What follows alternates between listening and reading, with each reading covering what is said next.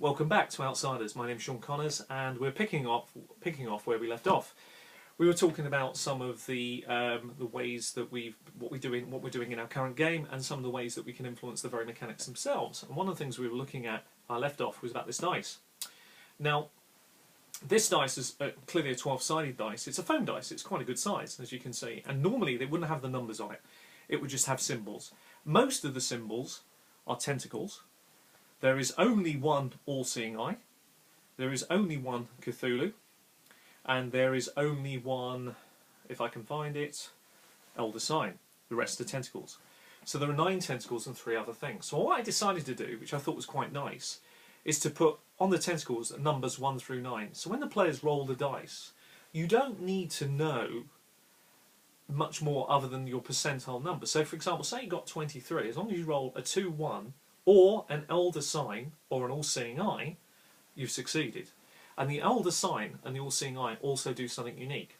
So the maths is there, as a bell curve it works. You know, you could argue, well, what about if you've got a very low number? The point is, you know, it doesn't matter whether you've got a number 1 through to 20, you still need...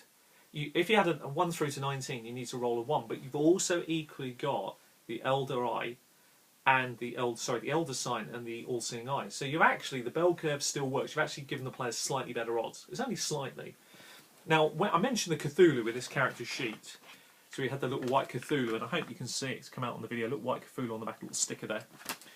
If the Cthulhu comes up in the game, it's an automatic failure. The DM can either decide to do something there and then that will impact the character specifically, something quite tragic. It doesn't have to be like fatal, but it could be something really bad, like, you know, you're hanging onto the edge and you fall off, or, you know, you actually trip and fall down the stairs. It could be anything that the GM wants to play in. Or more fun and more terrorising is to hand them a Cthulhu. Now, unfortunately, because I haven't prepared it, because I'm so silly like that, it's in here somewhere. But I'm going to just pull out a few bits and see what I can find as and when. So I've got a few other bits I need to show you anyway. So being disorganised never totally harms. Oh, yes, and while we're at it, actually, while we're looking for Cthulhus, I've also put together a map case, which I thought was great, with a map, and also added in a layer with the, you know, a proper navigation and tool. Now, it doesn't matter that this isn't 1920s issue. It really doesn't matter.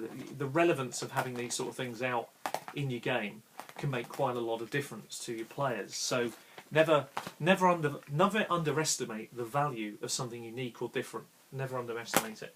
So I'm going to try my best and quickly find it. Ah, yes, here we go. The Cthulhus. Now the Cthulhus come with the game, and they look like Cthulhu. So they actually look like that.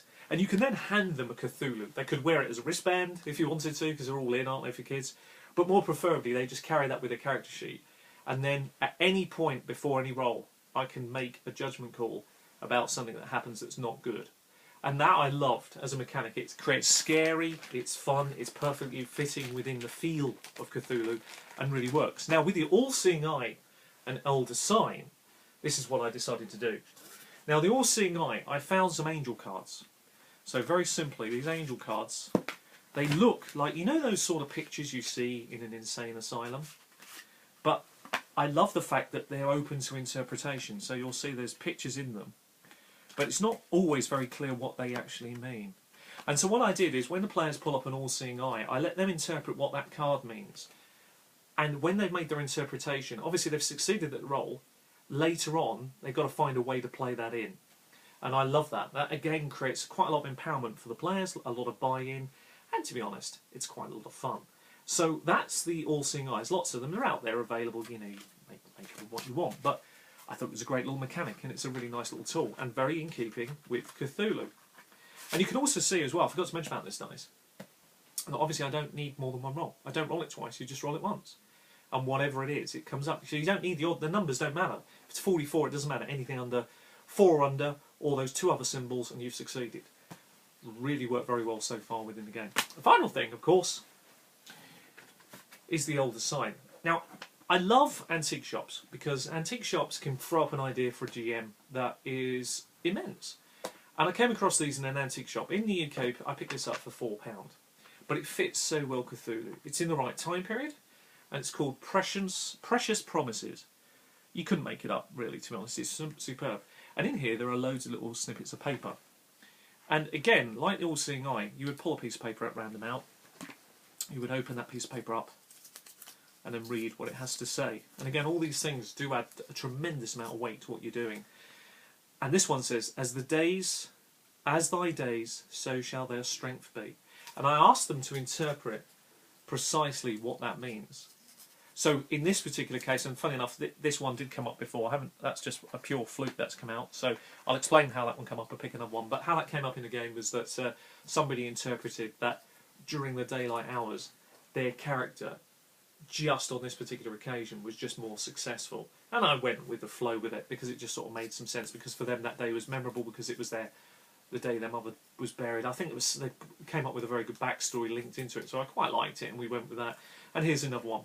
God is not the unrighteous to forget your work and labour of love to which he has showed towards his name. And again, they interpret it however they want. Yeah, there are bits from a Bible, but the point is, in our hobby, these things, particularly in the right game, have tremendous uses. So I'm allowing the players to empower themselves to actually interpret what that means, and then later they're able to bring that in and make an immediate change. It can actually completely change the flow of the game. They can actually take over an NPC's actions or do something which I wasn't expecting. I love that. I love to be challenged.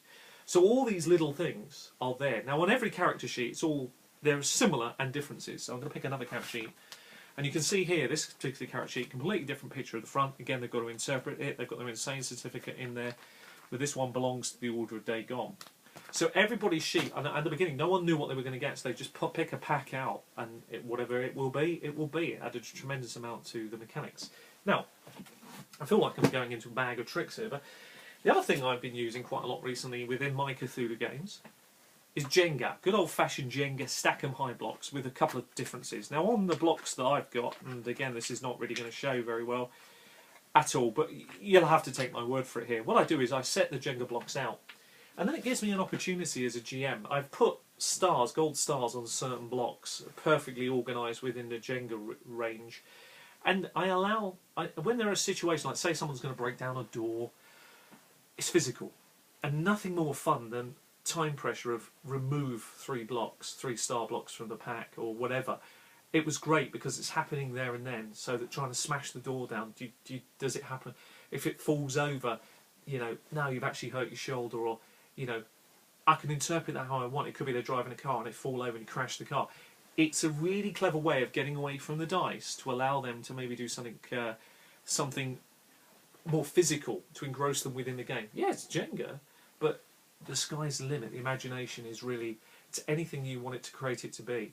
So I wanted to share with you, really, with this little snippet videos, these 2 videos, I wanted to share with you that depending on your game, depending on what you're trying to do, and depending on the sort of GM you are and how comfortable you are with doing things, sometimes you have to put yourself out on the edge.